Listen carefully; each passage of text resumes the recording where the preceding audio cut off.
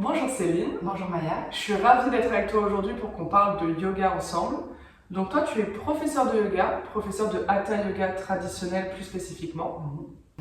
Oui, j'ai été formée par mon premier professeur Michel Lefebvre en Hatha Yoga et ensuite par Christian Tikhomirov à Aix-en-Provence. Et tu enseignes du coup depuis 2005.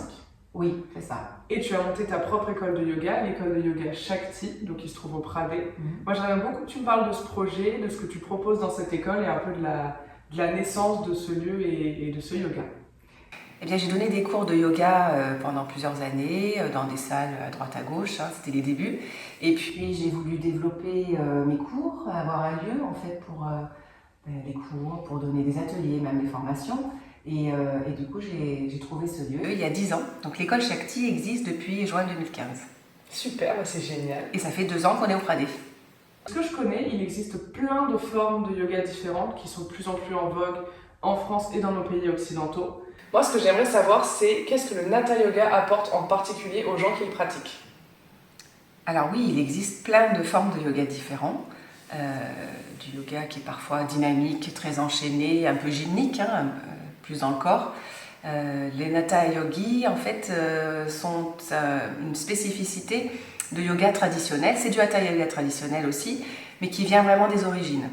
Donc là, cette lignée des Hatha Yogis, notre école vient de Bénarès, donc du nord-est de l'Inde, et vraiment aux origines du yoga. Parce qu'il faut savoir que le yoga traditionnel existe depuis plusieurs millénaires. On a des traces de ce yoga de 4000 ans avant Jésus-Christ environ. C'est très vieux quand même. Donc c'est ancien, c'est vraiment le yoga des origines. Et ce yoga, l'Hatha Yoga, donc, travaille vraiment sur une approche holistique de la personne. Donc là, dans son énergie, dans son corps et puis dans sa spiritualité. C'est un yoga très complet. Concrètement, j'aimerais savoir comment ça se passe quand on pratique. Par exemple, quand tu es dans un de tes cours, comment est-ce que ça se passe pour faire une posture? L'accent il est mis sur quoi? Alors, on va s'installer dans la posture et surtout on va respirer dedans. Donc le souffle est vraiment primordial et on va avoir une visualisation pour se concentrer. Donc ça peut être une visualisation sur la structure énergétique des canaux d'énergie qu'on appelle des nadis ou des méridiens, c'est plus connu, ou alors des roues d'énergie. Et donc on va respirer avec un rythme particulier, ce qu'on appelle le matra, avec des rétentions de souffle et puis des mantras. Et se concentrer. Donc dans la posture, il y a tout ça. Okay. Ce qui permet de justement être à travers la posture dans une approche corporelle. À travers le souffle, on travaille l'énergie. Et puis la visualisation, les rythmes, le mantra, tout ça, ça va permettre de se concentrer mentalement. Donc c'est très global. Mais toujours axé autour du souffle. C'est vraiment très complet. Oui, c'est complet. Donc oui, le yoga, ça agit bien sûr physiquement, mais aussi à l'intérieur de nous et énergétiquement parlant. Moi, ce que j'aimerais savoir, c'est quels sont les premiers bénéfices du yoga quand on vient tout juste de débuter. Qu'est-ce que tu dirais à une personne qui a envie de se lancer dans le yoga? On fait du yoga pour plein de motivations différentes. C'est sûr. Première chose, on vient pour se faire du bien physiquement, pour retrouver de la souplesse. S'il y a des douleurs, souvent le mal de dos, des tensions, en fait, on va pouvoir acquérir de la souplesse. Et ensuite, en pratiquant, on va découvrir d'autres bienfaits. Plus de légèreté, mais aussi plus de vitalité, plus d'énergie, parce qu'on travaille beaucoup sur l'énergie. Et puis, intérieurement, beaucoup plus de détente. Voilà, ça déstresse. On est quand même dans un monde très sollicitant extérieurement. Et là, ça permet vraiment de se ressentir. Donc les gens trouvent vraiment un bien-être complet parce que ça va être, à raison de pratiquer bien sûr régulièrement, mais ça va être l'occasion de se faire du bien physiquement. Dans l'énergie, on fait circuler l'énergie. Et puis, on est bien plus détendu mentalement. Et pour tout ça, il y a différentes techniques variées, parce qu'on a parlé d'asana, les postures. Le pranayama qui est central, c'est le souffle. Et puis il y a plein d'autres aspects, plein d'autres éléments, comme les mudras, ce sont des gestes particuliers, les bandhas, des contractions qui vont agir au niveau de la structure énergétique, et puis des drishtis, des concentrations oculaires, parce qu'on va avoir forcément une position pour son regard, pour ses mains, on parle beaucoup, on est sollicité, donc là ça convoque le langage et l'agitation mentale.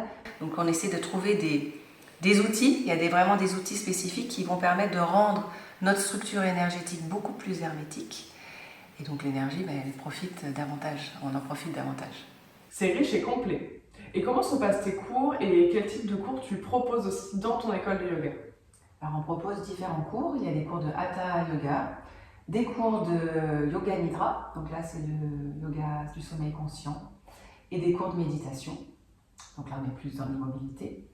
Et puis il y a aussi des cours de yoga bien-être, ce sont des cours pour les femmes enceintes, donc j'accompagne les femmes enceintes, également les futurs papas, parce que moi je rencontre un peu les couples aussi pendant cet accompagnement. Le déroulement d'un cours, classiquement, en fait il y aura donc les gens arrivent dans la salle, dans cette salle, hein, les cours sont donnés là, et les gens arrivent, vont se poser. Donc là, c'est important de faire une transition avec l'extérieur, hein, on arrive du travail, l'agitation extérieure, tout ça. Donc là, on se pose, on prend un temps pour faire une coupure. Ensuite, on va souvent commencer la séance par un souffle, ce qui est important aussi, parce que ça permet de nous mettre plus en disponibilité dans l'énergie pour la séance. Il y a des postures, il peut y avoir à la fin du cours une concentration ou un pranayama. Et puis on termine par une courte relaxation avec parfois des sons de bol tibétains. Je vais revenir un petit peu sur le souffle parce que tu m'as dit que c'était essentiel dans la pratique et j'aurais bien aimé que tu développes. Ah oui, le souffle c'est le pilier en fait du yoga.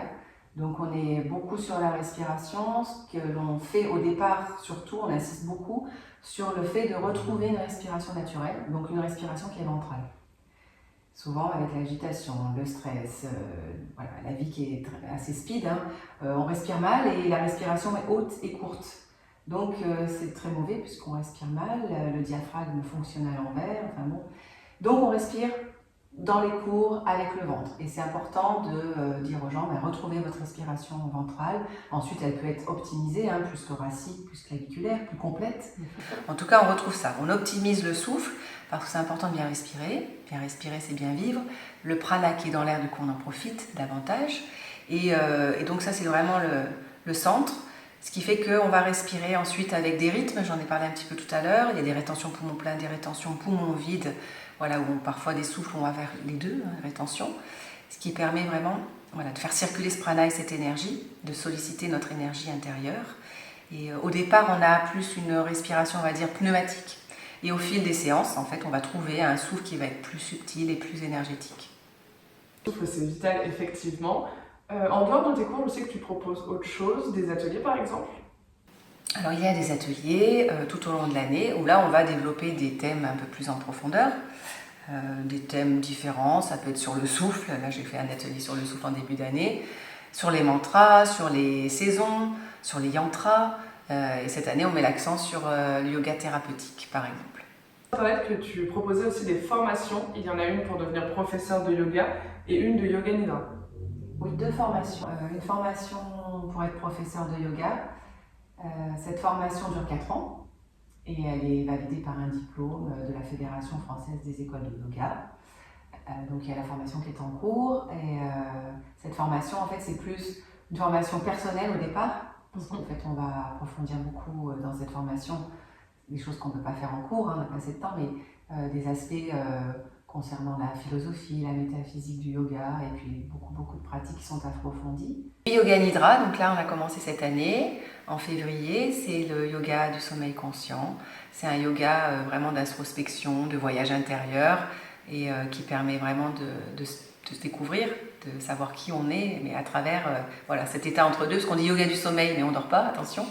Et c'est un yoga vraiment de l'entre-deux, de naviguer, de flirter dans cet état-là pour mieux avoir accès dans des états de conscience modifiés à qui on est vraiment. Tu proposes d'autres activités ou événements prochainement? Alors, on propose aussi des rituels. Donc, on organise des rituels qui sont des pratiques spécifiques au Nata, autour de divinités, et puis aussi des soirées mantra par exemple. Et c'est des façons un peu différentes de pratiquer, puisqu'on va être plutôt collectif, en fait, on travaille en groupe. C'est un petit peu différent par rapport à la pratique où on est tout seul sur son tapis. Prochainement, on va fêter les 10 ans de l'école. Incroyable. Oui, 10 ans. Donc l'école, elle existe depuis juin 2015. Donc en juin, on va proposer de découvrir à ceux qui le souhaitent le yoga que l'on fait. Donc il va y avoir une journée découverte le samedi 21 juin.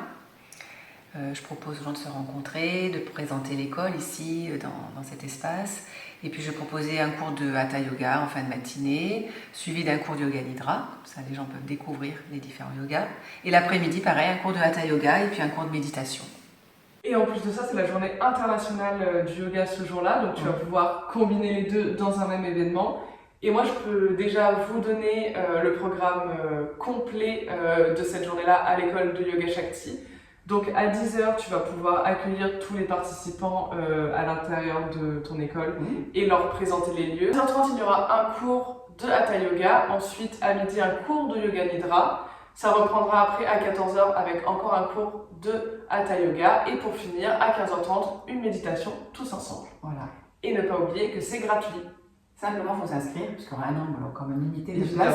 Voilà. Donc là, soit par mail, soit par le site internet. Donc voilà, vous aurez les coordonnées en fin de vidéo. Elle s'affiche aussi sur votre écran.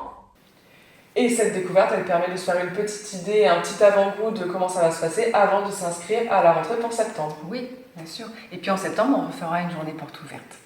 Merci beaucoup Céline pour cet échange et cette belle journée du coup en perspective. N'hésitez pas à aller directement sur son site internet, vous inscrire pour cet événement. Je pense que les places vont partir très vite.